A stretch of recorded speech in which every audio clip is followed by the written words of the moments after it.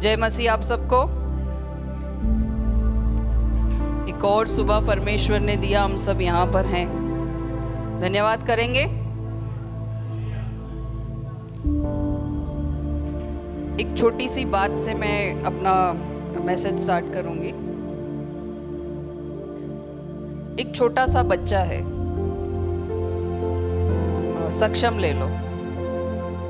अभी सक्षम यहाँ बैठ के खा रहा है, वो चीजें गिरा रहा है, तो आप लोग क्या सोचेंगे? बच्चा है, ठीक है, खा रहा है। अच्छा, वही काम अल्फा करेगी तो? बच्ची है, ठीक है, खा रही है, गिरा रही है। अच्छा, वही हिमांशु करे तो? हिमांशु बिना क्या हमारा मैसेज पूरा नहीं होता। तो हम क्या सोचेंगे? बच्चा है ऐसा सोचेंगे? हाँ, अक्ल ही नहीं है खाने की। अंकल है, ओके। हम सोचेंगे कि क्या बचपना कर रहा है, कैसे खा रहा है। हेडो वड्डो थी और खाइण न थो अचेस। तो जब हम आत्मिक लेवल पर बड़े होने की जगह बच्चे ही रहते हैं, तो क्या हमारे मन में तब ये सोच आता है कि मैं क्या कर रहा हूं इतना बड़ा होके? कहीं आता है मन में कि हमारा आत्मिक लेवल कहाँ होना चाहिए और हम कहाँ हैं? ये सोच आता है कि मैं आत्मिक लेवल पर भी बच्चा ही रह गया हूं, अभी तक मैं बड़ा तो हुआ ही नहीं। जैसे सक्षम, अल्फा और हिमांशु के केस में हमने देखा कि एक मैच्योरिटी का लेवल आता है कि बच्चे हैं, वो सीख जाएंगे धीरे धीरे। तो हिमांशु से हम एक्सपेक्ट कर सकते हैं कि नहीं, वो बड़ा हो गया है तो अभी मैच्योरिटी से खाए। तो आत्मिक लेवल में कभी हम सोचते हैं कि मेरा मैच्योरिटी लेवल कहाँ तक होना चाहिए, कि जहाँ से मैंने शुरू किया मैं वहीं पर हूँ अभी और मैं वहीं पर ही खुश हूँ? एक वचन से हम शुरू करते हैं। पहला पत्रस 2 अध्याय 2 वचन। पहला पत्रस 2 अध्याय 2 वचन। मैंने ये इसीलिए बोला क्योंकि आज का मेरा मैसेज का टाइटल ही यही है, स्पिरिचुअल मैच्योरिटी, आत्मिक परिपक्वता, आत्मिक उन्नति, आत्मिक समृद्धि।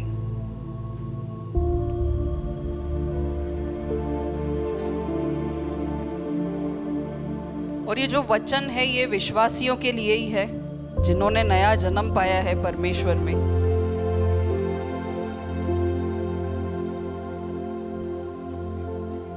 Second chapter 2 verse.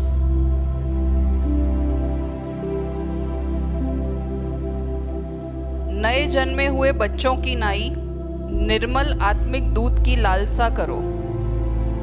नए जन्मे हुए बच्चों की नाई निर्मल आत्मिक दूध की लालसा करो, ताकि उसके द्वार उद्धार पाने के लिए बढ़ते जाओ। आमीन। अभी नया जन्मा हुआ बच्चा, यहाँ पे शब्द लिखा है, तो नया जन्मा हुआ बच्चा जब पैदा होता है तो वो क्या करता है? वो जन्म के बाद बोलता है कि मुझे पिज्जा लाके दो, बर्गर लाके दो, ऐसा डिमांड होता है बच्चे का।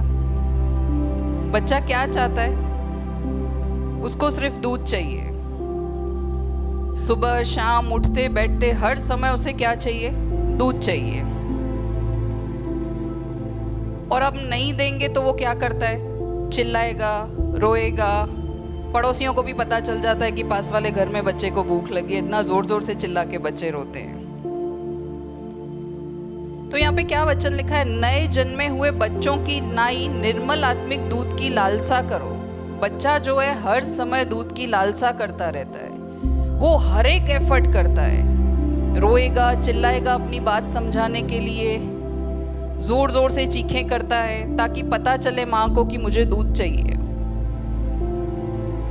तो प्रभु यहाँ पे सिखा रहा है कि हमें भी क्या उस नए जन्मे हुए बच्चे की तरह वचन की लालसा है? क्या हम भी वचन के लिए चिल्लाते हैं, रोते हैं जब पूरा हफ्ता हमें वचन नहीं मिलता, समय नहीं मिलता, हम वचन नहीं पढ़ पाते? तो क्या हमारा ये हालत होता है? ऐसा लालसा आता है कि अरे 2 दिन से वचन नहीं पढ़ा, मुझे वचन नहीं मिला, मैंने कुछ सुना नहीं।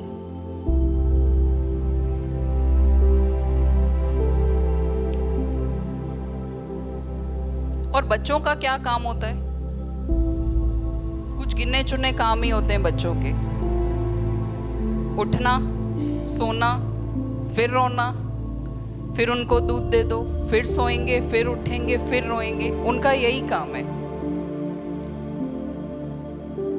हाँ, रात भर जागते भी हैं बच्चे, परेशान भी करते हैं, खुशी को देख के पता चल रहा है हमको। लेकिन क्या जब बच्चा रोता है, चीजें मांगता है, तो क्या मम्मी पापा उससे प्यार करना छोड़ देते हैं? उनको गुस्सा आता है कि सारा दिन ये रो रहा है, सूसू पोटी कर रहा है, इसकी सेवा करनी पड़ रही है। कोई पेरेंट परेशान नहीं होता है, उल्टा बच्चे के प्रति प्यार दिन ब दिन और बढ़ता जाता है। लेकिन क्या ऐसा कोई बच्चा है जो पैदा हुआ, दूध पिया 6 महीने तक, 1 साल तक, 2 साल तक, 3 साल तक, वो सिर्फ दूध ही दूध पी रहा है? ऐसा है? अच्छा, ऐसा कर सकते हैं कि उसको सिर्फ हम दूध पे ही 4-5 साल रखें? नहीं कर सकते। जैसे जैसे बच्चा बड़ा होता है, उसका भूख बढ़ता है, तो सिर्फ दूध से वो संतुष्टि नहीं होती है उसको। और कोई भी माता पिता खुश नहीं होंगे कि मेरा बच्चा 4 साल 5 साल का हो गया और सिर्फ दूध पे ही चल रहा है। पेरेंट्स चाहते हैं कि मेरा बच्चा धीरे धीरे सॉलिड फूड को खाना सीखे। पहले हम उसको नरम चीज़ें खिलाना सिखाते हैं, सूजी का हलवा बना के सॉफ्ट करके खिलाते हैं उसको, दूध बिस्किट खिलाते हैं। जब उसका पाइप स्ट्रॉन्ग हो जाता है खाने का, तो हम थोड़ा हार्ड फूड उसको खिलाना शुरू करते हैं। यानी धीरे धीरे एक माँ अपने बच्चे की खाने की ज़रूरतों को ध्यान देकर उसको धीरे धीरे दूध से फिर सॉलिड फूड की तरफ लेके जाती है। एक बार फिर से मैं ये वचन पढ़ूंगी। नए जन्मे हुए बच्चों की नई निर्मल आत्मिक दूध की लालसा करो। क्यों करो? ताकि उसके द्वार उद्धार पाने के लिए बढ़ते जाओ। माँ दूध क्यों पिलाती है? क्योंकि उसका ड्यूटी है, इसलिए। क्योंकि वो प्यार करती है बच्चे को। वो चाहती है कि उसका बच्चा ग्रो करे, फिजिकली स्ट्रांग हो, चलना सीखे, बैठना सीखे। तो सिर्फ दूध के बेस पे ये सब नहीं हो सकता, उसको खाना खिलाना जरूरी है, तभी वो मजबूत बन पाएगा। एक और एग्जांपल, जैसे सक्षम यहाँ बैठा है दूध का बॉटल लेके, कोई यहाँ से पास होगा तो उनको कुछ नया लगेगा कि वो दूध पी रहा है यहाँ पे बॉटल से।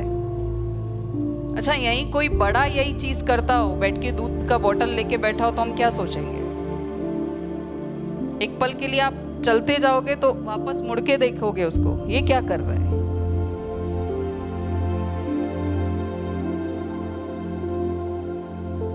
तो बच्चों से ये अपेक्षा नहीं की जा सकती कि वो 5 साल तक 6 साल तक सिर्फ दूध पिए, तो बड़ों से तो बिल्कुल नहीं की जा सकती। ये वचन भी हमें यही सिखाता है कि मसीह यीशु में जब हमने उसको ईश्वर करके स्वीकार किया, हमारा नया जन्म हुआ, तब हम नए बच्चे के समान थे।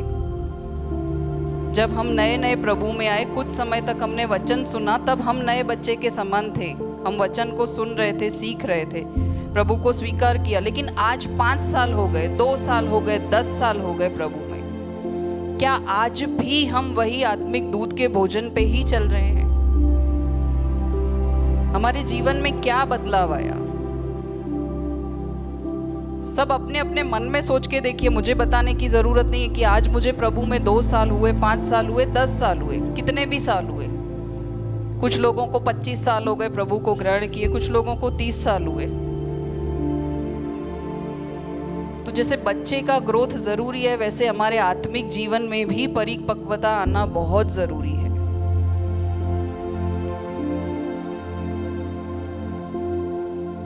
जैसे बच्चा जन्म होता है उसका, उसके बाद वो हॉस्पिटल से घर आता है, उसी तरीके से जब हम सुसमाचार सुनते हैं, प्रभु को ग्रहण करते हैं, हम कलेशिया से जुड़ते हैं, तो ये हम इस नए घर में आते हैं। ये हमारा घर है कलेशिया। नए बच्चों की जैसे बहुत केयर करनी पड़ती है, उसको कपड़े में लपेट के संभाल के रखना पड़ता है, कोई चींटी ना काट ले। किसी हम छोटे बच्चे को नहीं देते क्योंकि वो उसको गिरा ना दे, बहुत डेलिकेट तरीके से उसको हैंडल करना पड़ता है। लेकिन 5 साल के बाद तो हम उस बच्चे को थोड़ा छोड़ देते हैं चलने फिरने के लिए। 5 क्या 1.5-2 साल के बाद जैसे वो चलना सीखता है तो हम छोड़ देते हैं कि वो घूमेगा, गिरेगा तो सीखेगा। और अगर वो बच्चा ग्रो नहीं कर रहा है, 1.5-2 साल का हो गया लेकिन फिर भी वही बोतल से दूध ही पी रहा है, चल फिर नहीं रहा है, तो हम क्या सोचते हैं?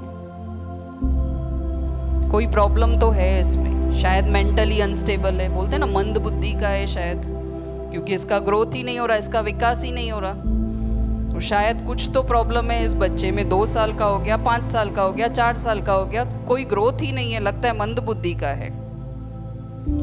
इसी तरीके से जब हम नए नए कलेशिया में आते हैं प्रभु को ग्रहण करके, हमारा स्वागत होता है, तालियां बजती है, बहुत अच्छा लगता है उस समय, पास्टर हमारे सर पे रख के प्रार्थना करते हैं,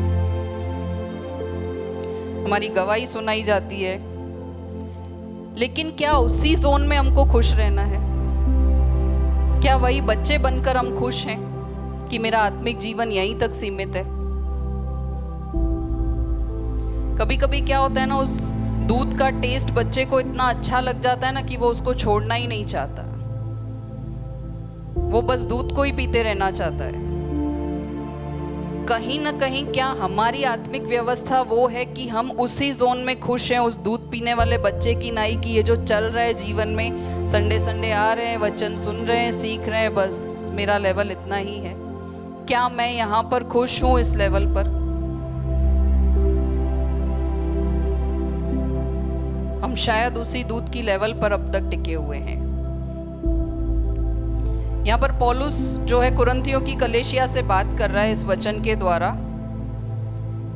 वहां के लोग भी प्रभु में आ रहे हैं, सुसमाचार सुन रहे हैं, इवन इतना तक उस लेवल पर हैं कि वो वरदानों का इस्तेमाल भी कर रहे हैं, इतना कुछ वो सीख चुके हैं, लेकिन फिर भी उनका जीवन बच्चों की तरह ही चल रहा है। और ये देखकर पौलुस वहां पर भड़क जाता है, उसको गुस्सा आता है। एक वचन पढ़ते हैं, 1 कोरिन्थियन चैप्टर 3 1 से लेकर 3 तक हम पढ़ते हैं। 1 कोरिन्थियन चैप्टर 3 1 से लेकर 3 तक।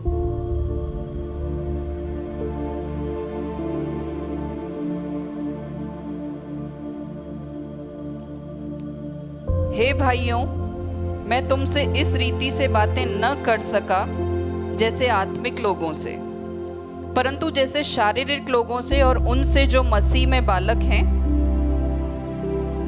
मैंने तुम्हें दूध पिलाया, अन्न न खिलाया, क्योंकि तुम उसको न खा सकते थे, वरन अब तक भी न खा सकते हो,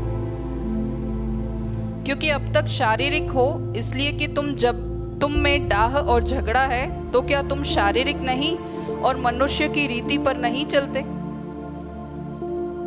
फिर से फर्स्ट वचन निकालेंगे हम।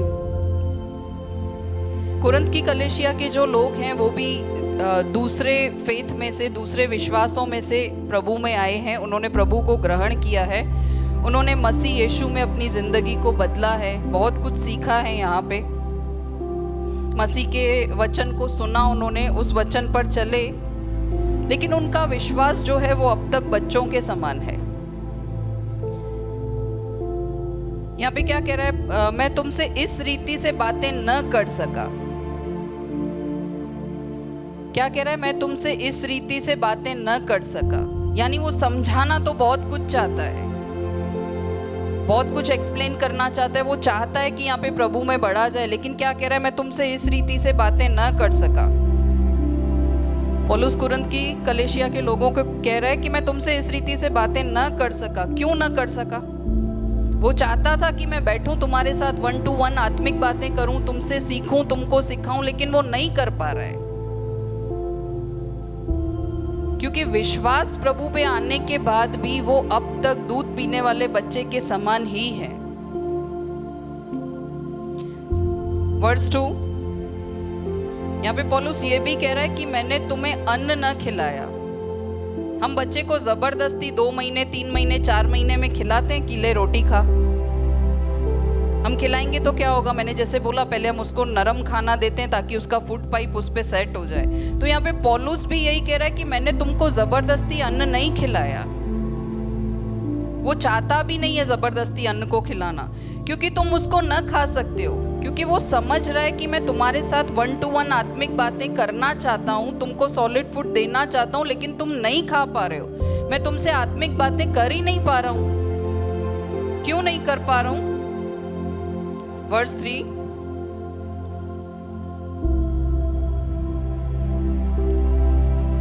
क्योंकि अब तक शारीरिक हो। पौलुस की नजर में कुरिन्थ के लोग अब तक आत्मिक लेवल पर आए ही नहीं है। वो लोग अब तक शारीरिक चीजों में ही फंसे हुए हैं।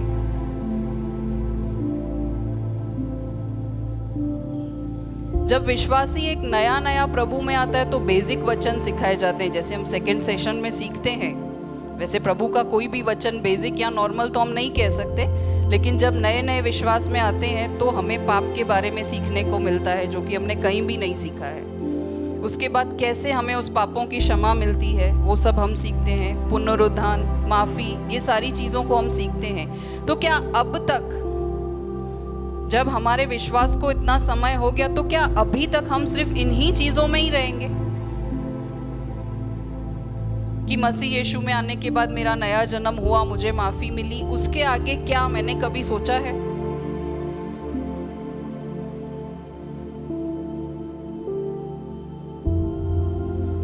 और यहाँ पे पौलुस कहना क्या चाह रहा है कि जब बच्चा बड़ा हो जाता है तो कोशिश की जाती है उसको चावल खिलाएं, रोटी खिलाएं, लेकिन वो बच्चा अगर अब तक दूध ही मांग रहा है, उसको खाना ही नहीं है,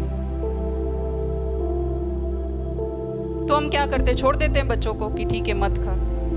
हम गुस्सा करते हैं उसको, पापा को बुलाऊं, डॉक्टर से इंजेक्शन लगवाऊं, अलग अलग डर देते हैं हम वंशिका को कि प्रिंस को, मुझे याद नहीं, हम उनको डराते थे। वो स्टैचू आता है ना, क्या बोलते हैं, वो खेत में स्केयर क्रो होता है, ऐसे करके वो बर्ड्स को डराने के लिए, तो हम बोलते थे चक्कर बगड़ी को बुलाए, नहीं खाएगी तो इस तरीके से पेरेंट्स डराते हैं बच्चों को कि तुम खाओ, छोड़ नहीं देते। तो जब हमें 2 साल 5 साल इतने साल जब प्रभु में हुए हैं, तो हमारी आत्मिक उन्नति का क्या? प्रभु हर मुमकिन कोशिश करता है हमें समझाने के लिए कि अब आगे बढ़ो, अब आगे बढ़ो, अब आगे बढ़ो, लेकिन हम उस बालक की अवस्था में वो दूध पीते रहते ही खुश हैं। हम कभी सोचते ही नहीं आत्मिक उन्नति के बारे में।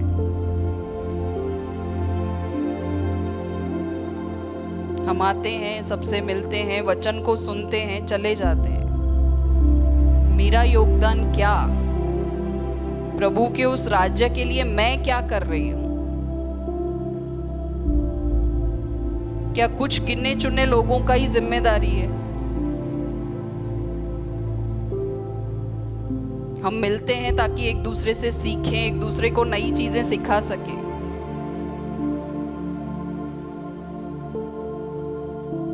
हम आत्मिक परिपक्वता में भी अभी तक बच्चे ही हैं, क्योंकि जब परेशानी आती है, कभी नौकरी चली गई, कभी रेंट भरने के लिए पैसा नहीं है, कभी बच्चे परेशान कर रहे हैं, तो सवाल प्रभु पे क्वेश्चन मार्क लग जाता है। तू है कि नहीं? तुझे दिखता है कि नहीं? हम उन परिस्थितियों से लड़ नहीं पाते, हम डर जाते हैं और डाउट करते हैं कि प्रभु है, मुझे देख रहा है कि नहीं देख रहा है। हम आत्मिक परिपक्वता में किस लेवल पर हैं? हमारे ये सवाल हमको दिखाते हैं। जब हम प्रभु पर डाउट करते हैं, तब पता चलता है कि हम बच्चे के समान ही हैं। जैसे हम छोटे थे तो मुझे लगता है शायद सबने यही किया होगा कि पेरेंट्स डांटते थे तो कहीं ना कहीं छोटा सा हम बैग बना देते थे कि मैं घर छोड़ के जा रहा हूँ। वो ऐड भी आती है ना, एक बच्चा घर छोड़ के जाता है तो रामू काका उसको बोलता है कि घर छोड़ के जा रहा है, लेकिन मम्मी ने तो घर पे जलेबी बनाई है। वो बोलता है जलेबी, चलो घर वापस चलो। तो शायद हम भी कभी ना कभी जब पेरेंट्स डांटते हैं तो हम सोचते हैं मुझे घर छोड़ के चले जाना है, मुझे कोई समझता ही नहीं है। युद्ध की प्रॉब्लम्स आती है तो उनको सुसाइड करना है, नस काटना है, उनको लगता है जीवन उनका है। तो इस गलत फहमी में मत रहना, जीवन उस परमेश्वर का दिया हुआ है, तुम्हारा कोई हक है ही नहीं उस पर। जब हम ऐसी हरकतें करते हैं, प्रभु पे डाउट करते हैं, तो हम उस आत्मिक बच्चे के समान ही हैं। हम बड़े नहीं हुए हैं। भले ना मैं 15 साल से आ रही हूँ, लेकिन अब तक मेरा विकास नहीं हुआ है। मैं उस मंद बुद्धि वाली लेवल पे ही हूँ। और हमारी गवाहियां भी तब बच्चों के समान ही होती है कि मुझे बहुत पेट दर्द हो रहा था, मैंने प्रार्थना किया, प्रभु ने ठीक किया। मेरा पर्स गुम हो गया था, मैंने प्रार्थना किया, प्रभु ने मिला दिया। ऐसा नहीं कहती कि ये गवाहियां नहीं देनी चाहिए, लेकिन इसके ऊपर क्या?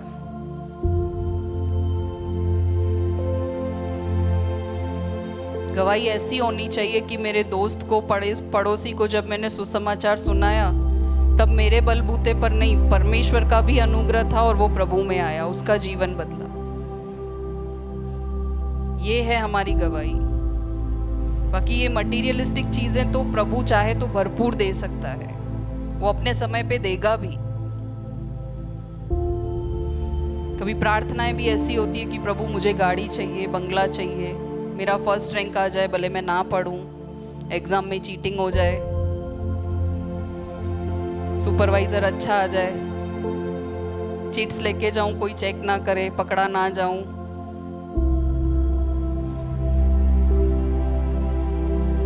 प्रभु 2 व्हीलर दिला दे। पास्टर के पास आते हैं, 2 व्हीलर लिया है, प्रार्थना करो। अभी उस पे प्रार्थना क्या, तुम मेंटेन करो उसको, पेट्रोल भरवाओ तो वो ढंग से चलेगा। हाँ, प्रभु का अनुग्रह, दया हर चीज में जरूरी है, लेकिन इन लेवल से हमें ऊपर जाना है कि नहीं जाना है? प्रार्थना तो एक हथियार है, हर चीज पर होना ही चाहिए, लेकिन वहीं उस बेस में नहीं रहना है हमको। तो पौलुस यहाँ पे क्या कह रहा है कि तुम अभी भी दूध पीते हुए उस आत्मिक बच्चे के समान ही हो।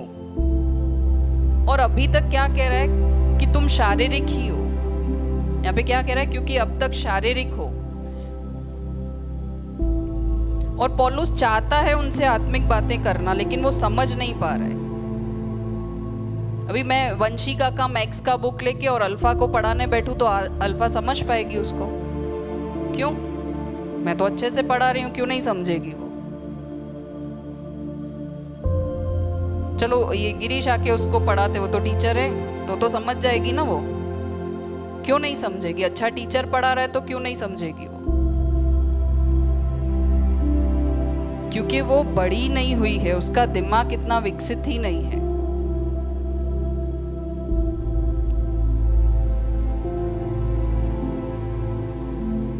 पौलुस बार बार उनको वही कह रहा है वचन से कि तुम दूध पीते हुए बच्चों की तरह ही हो। मैं चाहता हूं तुमको समझाऊं, लेकिन तुम बड़े ही नहीं हो रहे हो। तुम उन छोटी छोटी चीजों से बाहर ही नहीं निकल रहे हो। और शारीरिक क्यों है ये लोग? यहाँ पे क्यों कह रहा है क्योंकि अब तक तुम शारीरिक हो? इसलिए कि जब तुम में डाह और झगड़ा है, यानी अब तक ये लोग यहीं पे ही फंसे हुए हैं, इससे जलन उससे जलन, छोटी छोटी बातों पे झगड़ा करना। तो क्या ये एक मैच्योर पर्सन का सिंबल है? कोई भी मैच्योर आदमी ऐसे झगड़ा करेगा कि राह चलते हुए चलो किसी ने टक्कर मार दिया भूल से, तो क्या आप उसका कॉलर पकड़ के लड़ाई करने बैठोगे? ये मैच्योरिटी है? यहाँ पे पौलुस कह रहा है कि तुम में अब भी डाह और झगड़ा है। वो चाहता तो ये वचन और बड़ा कर सकता था, क्योंकि और भी बहुत सारी कमियां हैं।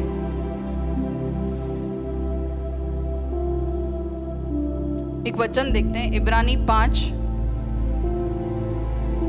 इब्रानियों का 5 वचन 11।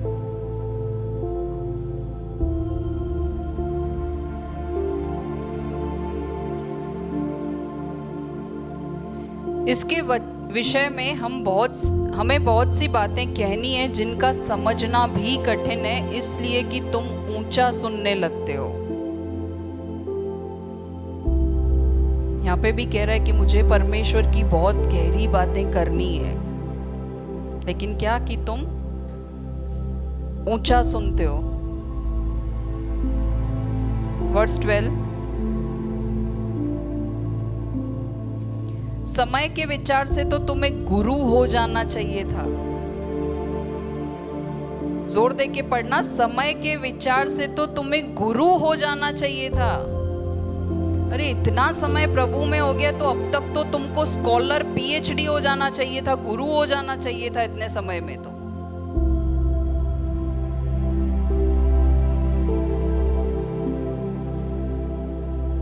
लेकिन मैं फिर भी 5 साल 10 साल 15 साल से सिर्फ बच्चा बनकर बैठा हूं। मुझे बन क्या जाना चाहिए था?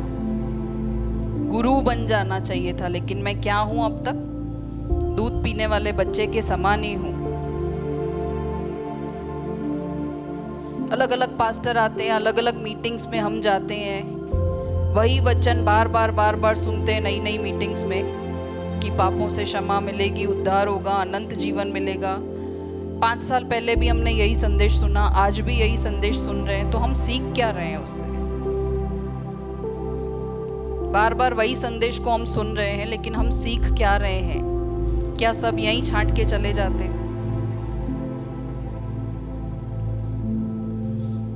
अभी तक पवित्र आत्मा, प्रभु की वाणी कहीं भी हमने सुनी नहीं है इतने सालों में। वचन कहता है कि तुमको अब तक गुरु हो जाना चाहिए।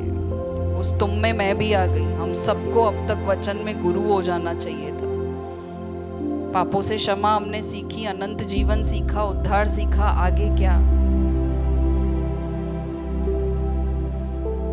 5 साल प्रभु में आने के बाद भी आज तक मैंने कभी प्रभु की वाणी नहीं सुनी। मुझे समझ नहीं आता कि कब प्रभु बोल रहा है, कब पवित्र आत्मा बोल रहा है, कब ये मेरा मन मुझे सुनने पे मजबूर कर रहा है, कब ये मेरी सोचे। मैं दोनों में डिफरेंस जज नहीं कर पा रही। तो मेरी आत्मिक परिपक्वता है कहाँ?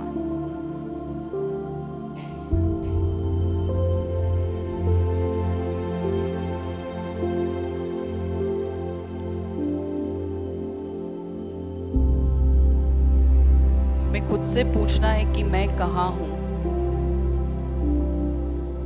क्या गुरु बनने की लेवल पर मैं हूँ? गुरु यहाँ पे मैं वो सत्संग वाले आत्मिक गुरु उनकी बात नहीं कर रही हूँ। मैं वचन में गुरु यानी स्कॉलर बनने की बात कर रही हूँ। इतना सब सुनने के बाद तो आज मुझे टीचर बन जाना चाहिए था। इतना वचन का ज्ञान, इतने साल पढ़ाई करने के बाद आज बच्चे भी हैं, कोई करियर फील्ड में जाते हैं तो उसी पढ़ाई को कंटिन्यू नहीं करते रहते, कुछ वो बनते हैं उसके बाद। जैसे 4 साल 5 साल पढ़ाई की, डिग्री हाथ में आ गई, डॉक्टर बन गए, तो वो उसके लिए काम करना शुरू करते हैं। ऐसा नहीं है कि सिर्फ पढ़ रहे हैं, उसी लेवल में पढ़े हैं। जब हम पड़ोसी से मिलते हैं, बातें करते हैं, तो क्या करते हैं? हम गॉसिप करते हैं कि हम वचनों की अदला बदली करते हैं। मैं बड़ाई नहीं करी, पर कभी अंजलि और मैं मिलते हैं, सुबह सुबह चाय पीने भी जाते हैं, तो हम जगह नहीं देखते। ओपन जगह होती, हम बैठ जाते हैं, हाथ पकड़ के प्रार्थना करते हैं कुछ देर तक, अपने अपने जीवन की गवाहियों को बांटते हैं। पराई पचारा नकना है। तो जीवन अंदर से ऐसा ही निकलना चाहिए कि बैठो तो सिर्फ गवाहियां। हाँ, अपने सुख दुख बांटो, क्योंकि जब हम मसीह भाई बहनों से बांटते हैं तभी हमको प्रॉपर सॉल्यूशन मिलता है। दुनिया तो टिट फॉर टैट सिखाती है, जो जैसा कर रहा है वैसे करो। जरूरी है आप शेयर करो, लेकिन सिर्फ उसी जोन में सीमित मत रहो। सिर्फ बॉटल पकड़ के नहीं रहना है हमको। वर्स 12, तो भी क्या आवश्यक है कि कोई तुम्हें परमेश्वर के वचनों की आदि शिक्षा फिर से सिखाए? और ऐसे हो गया कि तुम अन्न के बदले अब तक दूध ही पिए जा रहे हो। तो क्या बार बार जरूरी है सेम वचन से हम सीख रहे हैं, सुन रहे हैं, चले जा रहे हैं, फिर आ रहे हैं नई मीटिंग में, वही सुन रहे हैं, वही फिर चले जा रहे हैं?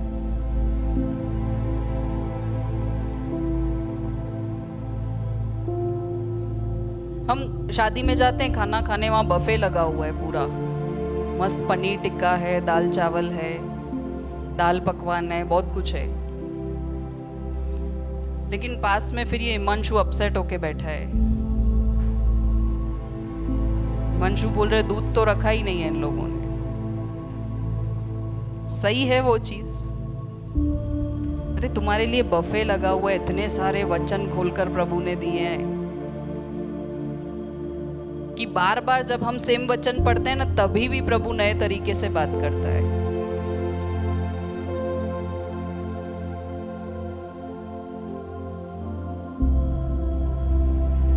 हमारी आत्मिक परिपक्वता, हमारा स्पिरिचुअल मैच्योरिटी भी ठीक इसी तरीके से है। इसीलिए क्या होता है कि बहुत जगहों पर जब हम जाते हैं ना, सुनते हैं, तो हम झूठी शिक्षाएं लेके आते हैं इंटरनेट से, यहाँ वहाँ से पता नहीं कौन कौन से वचन सुनते हैं, स्क्रॉल करते जाते हैं यूट्यूब पर, इसने ये बोला, उसने वो बोला, सारी चीज़ें सही है ऐसा नहीं है। जब हमारे अंदर स्पिरिचुअल मैच्योरिटी नहीं है, जब हमने वचन को अच्छे से ग्रहण नहीं किया है, तो हम झूठी शिक्षाओं को भी अपने जीवन में ले आते। क्यों? क्योंकि मुझे पता ही नहीं है सही क्या है गलत क्या है, क्योंकि मैं उतना स्ट्रॉन्ग अभी वचन में बनी नहीं हूं, मुझे पता ही नहीं है। तो जो भी कोई चीज बोलता है, मैं उस चीज को लेके आती हूँ अपने साथ, मन में गांठ बांध के उसको फॉलो कर लेती हूँ। वचन 13 देखते हैं।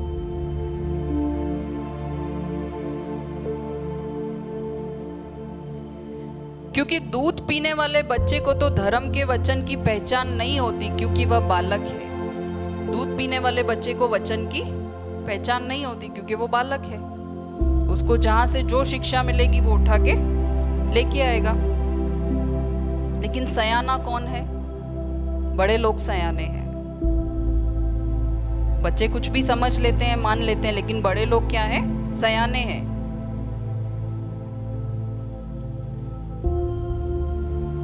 वर्स 14, पर अन्न सयानों के लिए है, जिनके ज्ञानेंद्र अभ्यास करते हैं, भले बुरे के भेद करने के लिए पक्के हो गए हैं। अन्न किसके लिए है? सयानों के लिए है। प्रभु ने बता दिया अन्न सयानों के लिए है। अब हमारे ऊपर डिपेंड है कि मैं अपने आप को बच्चों वाली स्पिरिचुअल मैच्योरिटी पे रखती हूँ या सयानों वाली के ऊपर, क्योंकि प्रभु हमेशा फ्री विल देता है कि तुम चुनाव करो। हाँ, वो एक्सपेक्ट जरूर करता है कि तुम दूध पी रहे थे, अब तुम बड़े हो, जिम्मेदारियों को निभाओ, सयाने बनो। लेकिन जैसे वहां पौलुस ने जबरदस्ती बोला मैं अन्न नहीं दूंगा, वो तुम्हारा चॉइस है।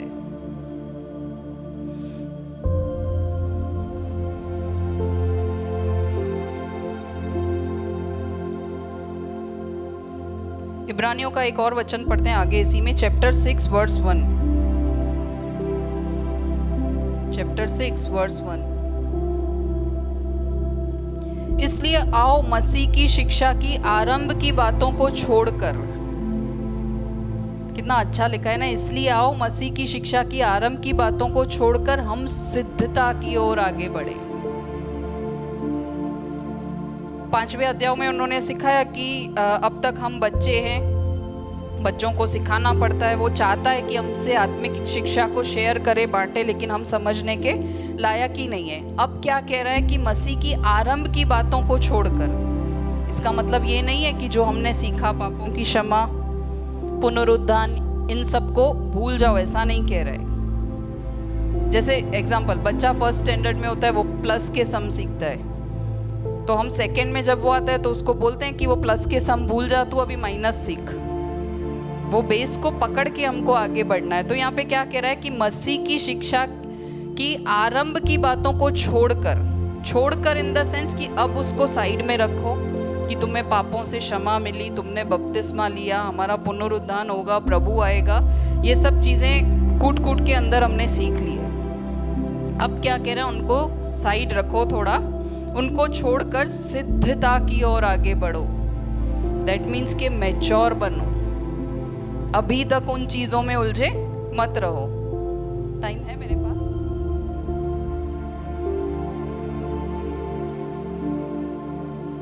जब कोई रास्ते पे हम जा रहे हैं, कोई लड़ाई करता है, मारामारी करता है, जैसे मैंने बोला किसी ने टक्कर लगा दिया, लड़ते हैं, तो हम क्या बोलते हैं कि अच्छा लगता है इस तरीके से लड़ रहा है। जब हम दोस्तों से बातें करते हैं तो मैच्योरिटी की बातें नहीं हो रही है, बचकानी बातें हो रही है। मीन्स मजाक करना ठीक है, लेकिन आपके लेवल के नीचे आप मजाक कर रहे हो। तो हम क्या बोलते हैं दोस्तों को, यार अब तो मैच्योर बन जा, अब तो बड़ा हो जा, अब तो कुछ सीख ले। हाँ, मस्ती मजाक करो, कुछ समय तक करो, लेकिन करियर पे फोकस करो, फ्यूचर में आगे क्या करना है उस पर ध्यान दो, कि सिर्फ मस्ती मजाक में उलझ के रह जाओ, लड़ाई झगड़ों में उलझ कर रह जाओ। जिस दिन हम अपनी आत्मिक आंखों से देखेंगे तब हमको भी ऐसा ही लगेगा कि हमारा आत्मिक लेवल बहुत बचकाना है। किया क्या मैंने? मैं कल थोड़ी प्रभु में आई हूं। प्रभु को ग्रहण किया मुझे इतने साल हो गए, लेकिन अभी तक बचकाना हरकतें ही कर रही हूं मैं।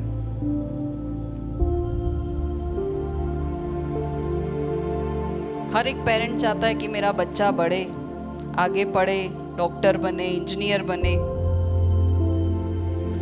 पर आजकल बच्चे यूट्यूबर, इंस्टाग्राम, इन सब से ही बाहर नहीं आते। किसी को डॉक्टर या इंजीनियर बनना है तो फर्स्ट, सेकंड, थर्ड ऐसे करके हर एक क्लास को क्लियर करके अपना मैच्योरिटी लेवल बढ़ाते हुए किसी पोजीशन पे पहुंचना है। प्रभु भी यहाँ पे क्या कह रहा है कि उन आरंभ की शिक्षाओं को साइड में रखो, सिद्धता की ओर आगे बढ़ते जाओ।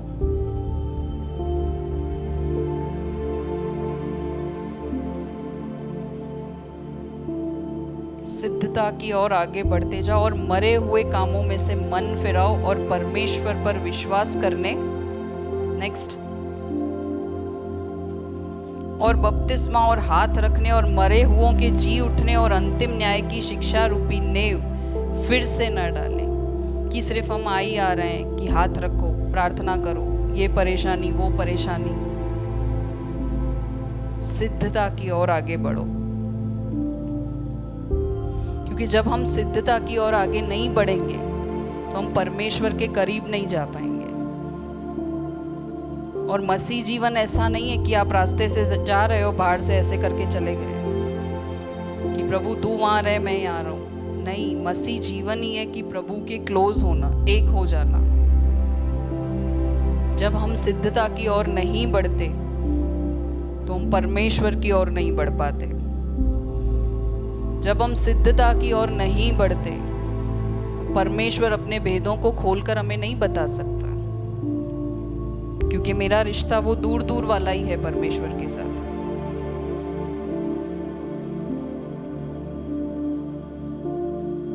पौलुस यहाँ पे कुरिन्थ की कलीसिया को यही कह रहा है कि आप लोग सिद्ध हो ही नहीं। मैं आपको कैसे समझाऊं? उसको बहुत मुश्किल हो रही है उन लोगों को समझाने में। शायद तभी उसको गुस्सा भी आ रहा है कि इतने बड़े हो गए हैं, ये लोग समझ ही नहीं रहे हैं कि आत्मिक सिद्धता का मतलब क्या है। जब दुनिया की नॉर्मल बातें समझने के लिए हमको मैच्योर होना पड़ता है, तो ये तो आत्मिक चीजें हैं, तो प्रभु एक्सपेक्ट करता है कि हम अपनी मैच्योरिटी लेवल को एक कदम और बढ़ाएं, उस बेस की शिक्षाओं में ही नहीं बने रहे।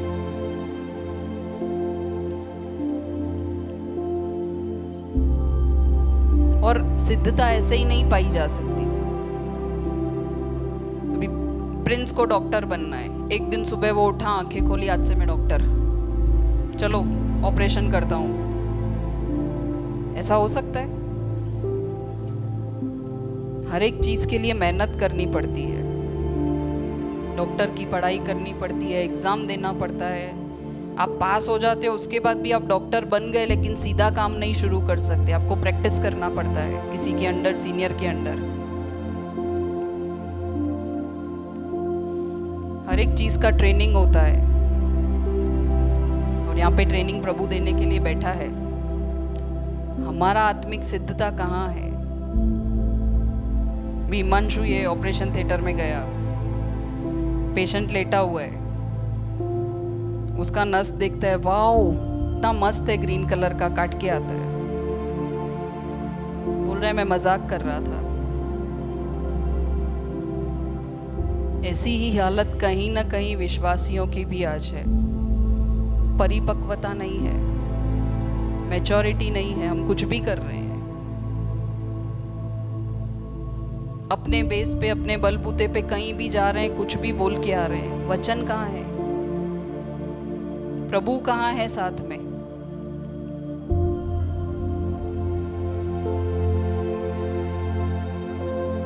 फिर से चैप्टर 6 का वचन 1 निकालेंगे। मसीह की शिक्षा की आरंभ की बातों को छोड़कर, मैं बार बार वही कह रही हूं, मसीह की शिक्षा की आरंभ की बातों को छोड़कर मतलब भूल जाना नहीं, मैं एक बार फिर से रिमाइंड करवा रही हूँ, उसको साइड रखो, सिद्धता की, परिपक्वता की ओर प्रभु कह रहा है आगे बढ़ते जाओ। अब क्वेश्चन, मैं पढ़ रही थी, मैंने सोचा चलो प्रभु बोल रहा है परिपक्व तो मुझे बनना है, पर कैसे कैसे मैं परिपक्वता की ओर आगे बढ़ूं? कैसे बढ़ सकते हैं हम?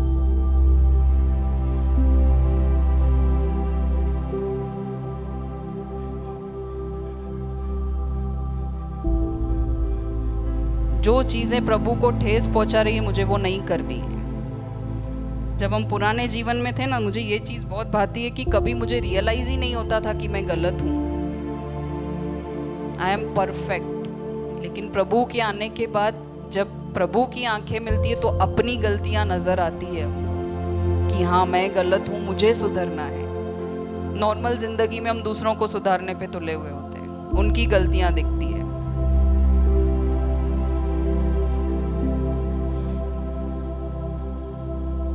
एक आदमी घर बना रहा है, हम गए देखने रास्ते पे, उसने, आपने देखा होगा घर बनता है तो खड्डा खुदता है, बहुत नींव डलती है उसके अंदर। तो आज मैं गई, मैंने देखा वाह खड्डा खोदा है आधा, नेक्स्ट डे और ज़्यादा खोदा उसने, फिर और ज़्यादा, उसका नींव बन गया। फिर उसने खड्डा बंद किया और शुरुआत करनी चाहिए उसको दीवार बनाने की, घर बनाने की। मैं 1 महीने बाद गई, वो फिर से खड्डा खोद रहे, फिर मिट्टी डाल रहा है। 6 महीने बाद गई, उसका ये प्रोसेस खत्म ही नहीं हो रहा है। तो अब हमारे मुंह से निकलेगा तो सही ना कि कितनी नींव खोदता रहेगा तू, घर कब बनाएगा? 6 महीने से तू नींव ही नींव खोद रहा है तो घर कब बनाएगा? यहाँ पे भी कह रहा है कि आरंभ की बातों को कब तक पकड़ के हम रहेंगे? कब तक उस बेज वचन में हमें आगे बढ़ना है कि नहीं बढ़ना है? पूरी जिंदगी की जमा पूंजी मैंने डाल जितना मैंने कमाया था सब डाल दिया, मैंने नींव बनाई और मैं वहां खटिया लगा के सो रही हूँ, मस्त बोर्ड भी लगाया मैंने, जो आ जा रहा है मैं उसको दिखा रही हूँ ये मेरी नींव है। कोई खुश होगा, तालियां बजाएगा?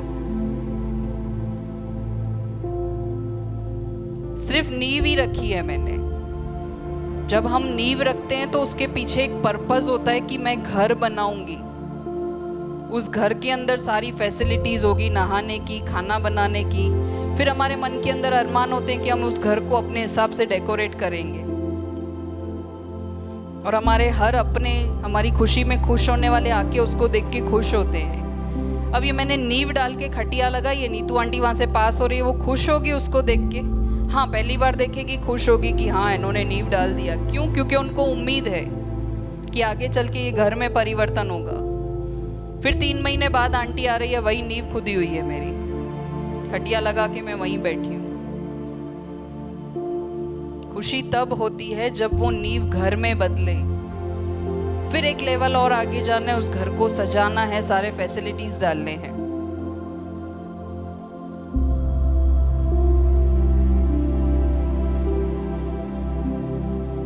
तो अब हमें इन चीजों से आगे बढ़ना है, नींव की बातों से।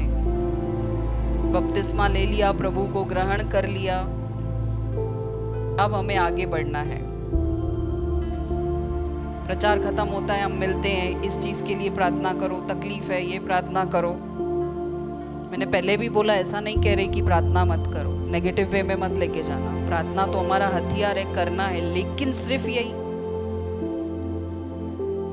बॉडी में प्रॉब्लम है, प्रार्थना करो। कभी किसी ने ऐसा बोला कि प्रार्थना करो कि मैं जाके जगह जगह वचन का सुसमाचार फैला पाऊं? प्रभु ऐसे अवसर दे, मेरे पैर नहीं चल रहे हैं, मुझे टाइम नहीं मिल रहा है, लेकिन मैं चाहती हूं कि गांव गांव, शहर शहर, घर घर जाके मैं वचन सुनाऊं। क्यों ये प्रार्थना नहीं निकलती मेरे मन से?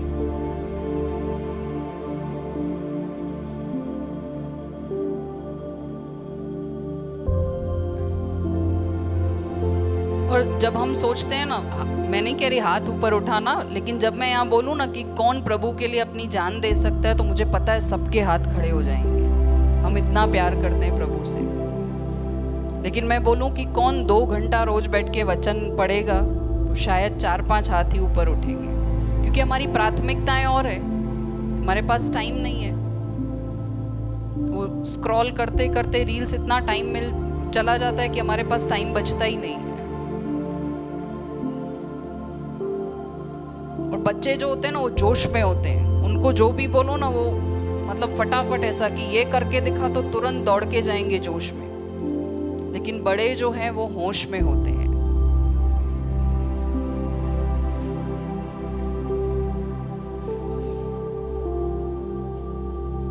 बच्चे तो जोश में ये भी बोल देते हैं कि मैं बड़ा होके पीएम बनूंगा, देश को चलाऊंगा। लेकिन जब होश में आते हैं, बड़े बनते हैं, तो सिर्फ रील्स ही चला रहे होते हैं।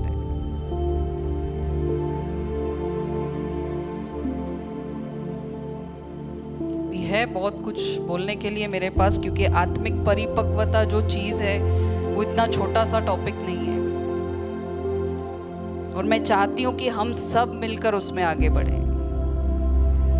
हम वो दूध पीते हुए बच्चे की तरह अभी तक उस बेस लेवल पर ना रहे। जरूरी है कि आगे बढ़े, सॉलिड फुट की तरफ जाएं, मैच्योर बने। और कभी कभी ऐसा लगता है ना कि हम गिने चुने लोग हैं, हम क्या कर लेंगे। लेकिन हम ये भूल जाते हैं कि हमारे मध्य में कौन है। वो राजाओं का राजा है। तो ये मुट्ठी भर चंद लोग हैं ना, अगर हम परिपक्व हो गए ना तो दुनिया हल्ला डालेंगे हम लोग। पर उसके लिए वो बोतल को रखना पड़ेगा, परिपक्व बनना पड़ेगा। इसको नेक्स्ट सेशन में सीखेंगे, क्योंकि परिपक्वता मुझे और बात करना है, हम इससे और सीखेंगे। आइए हम दुआ करते हैं।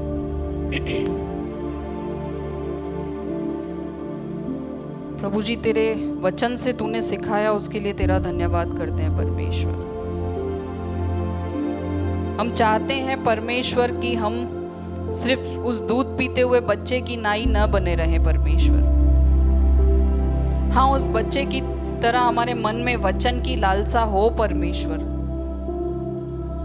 लेकिन हम उस परिपक्वता की ओर बढ़ना चाहते हैं परमेश्वर। तेरे द्वारा प्रभु जी तू ये वचन दे रहा है, तू सिखा रहा है, तू चाह रहा है कि हम परिपक्व बने परमेश्वर।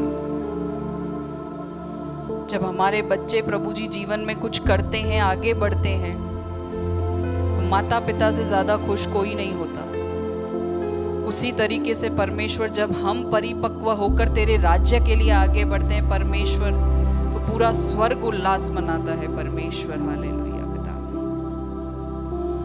हम चाहते हैं प्रभु जी कि हमारा भी योगदान तेरे कामों में हो परमेश्वर। हम तुझसे उस स्पिरिचुअल मैच्योरिटी को मांगते हैं परमेश्वर। हम में कोई लायकात नहीं है परमेश्वर, वो मैच्योरिटी देने वाला तू है परमेश्वर, और तू देगा। हम तुझसे मांगते हैं परमेश्वर, हम तुझसे मांगते हैं पिता। तू आगे बढ़ाना परमेश्वर, तू सिखाना परमेश्वर, तू परिपक्व बनाना परमेश्वर, हमारी सहायता करना पिता। धन्यवाद करते हैं पिता परमेश्वर, तुझे आदर देते हैं परमेश्वर। तेरे इस वचन से सीखने के लिए हम मैच्योरिटी को मांगते हैं परमेश्वर। तू दे चुका है, हम ऐसा विश्वास करते हैं पिता। हम में से हर एक के जीवन में तू कार्य कर रहा है परमेश्वर। आज तेरे वचन से प्रभु जी तूने सिखाया है परमेश्वर। तेरी तरफ से प्रभु जी ये मैच्योरिटी की घोषणा मैं हर एक के जीवन में करती हूँ पिता परमेश्वर। हालेलुया पिता। तू देना पिता, तू भरना परमेश्वर, तू सिखाना कि इस मूल की बातों से हम आगे बढ़ सकें परमेश्वर। हालेलुया। धन्यवाद करते हैं राजा, तेरे चरणों में दुआ को रखते हैं परमेश्वर, यीशु के नाम से मानते हैं। आमीन।